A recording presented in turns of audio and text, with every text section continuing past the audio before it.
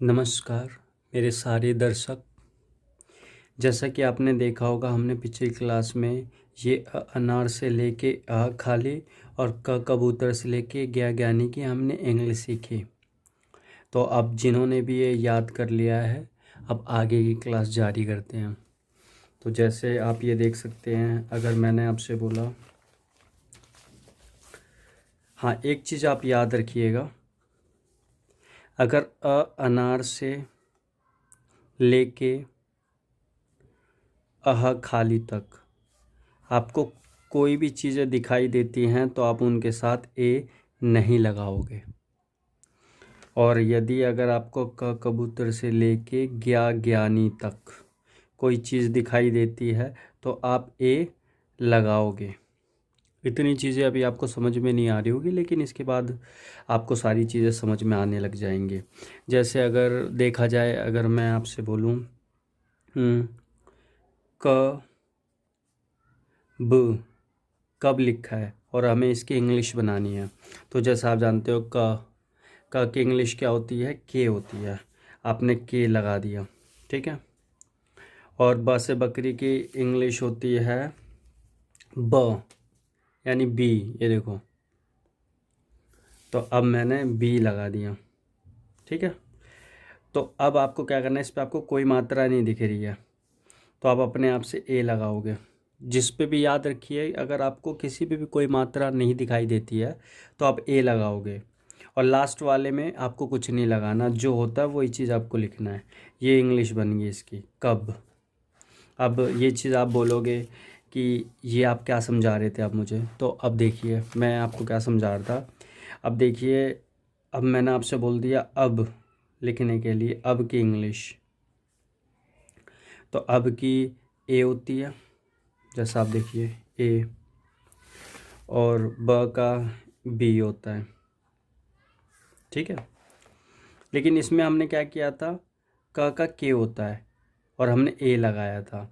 इसमें अब का ए होता है। अब आप सोचोगे ए लगाएंगे, नहीं, फिर ये गलत हो जाएगा। इसकी इंग्लिश यही है, अब क्यों, देखिए, अगर अनार, ये देखो इनमें आता है, ये ए हमने नहीं लगाया, और कबूतर से लेके ज्ञानी इसके अंदर आता है, देखिए, तो हमने ए लगाया है। तो इसीलिए मैं कह रहा था, आया आपको समझ में। अब कुछ और एग्जांपल्स लेते हैं। जैसे मैंने कहा सब, हर, जल, कर, झप,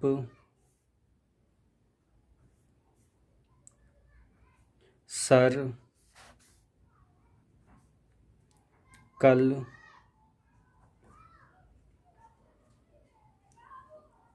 हद, लप, और ये 10वां है हमारा खट। अब देखिए, मैं आपके सामने इन सब की इंग्लिश बनाऊंगा, बहुत ही आसान है। आप ये बिल्कुल मत सोचिएगा कि ये हमारे को कैसे आएगा, हम कैसे करेंगे, ये बिल्कुल आसान है। अब देखिए, आपके सामने ये सारे इंग्लिश बनाऊंगा मैं, आपको सही दिख रहा होगा। अब देखिए, मैं थोड़ा, मेरा फ़ोन का जो स्टैंड है वो थोड़ा अच्छे से नहीं हो पा रहा है, तो मैं आपको बार बार ये दिखाता रहूँगा, ये चार्ट। अब से सपेरा, अब देखिए इसमें से सपेरा कहाँ है, ये देखिए एस, एस होता है इसका, तो मैंने एस लिखा।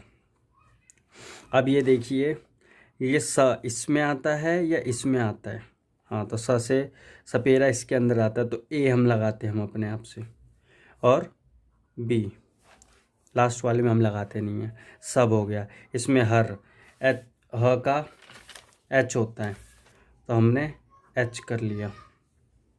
फिर ये भी इसी में आता है, ह, और र का आर होता है।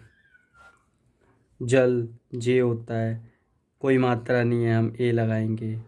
फिर ये एल, कर, के होता है, हम ए लगाएंगे, मात्रा कोई नहीं है, और लास्ट वाले में हम लगाते नहीं, आर हो गया इसका। इसका जे, एच, ए लगाएंगे, और पी, एस, ए, आर, के, ए, एल, HADLAP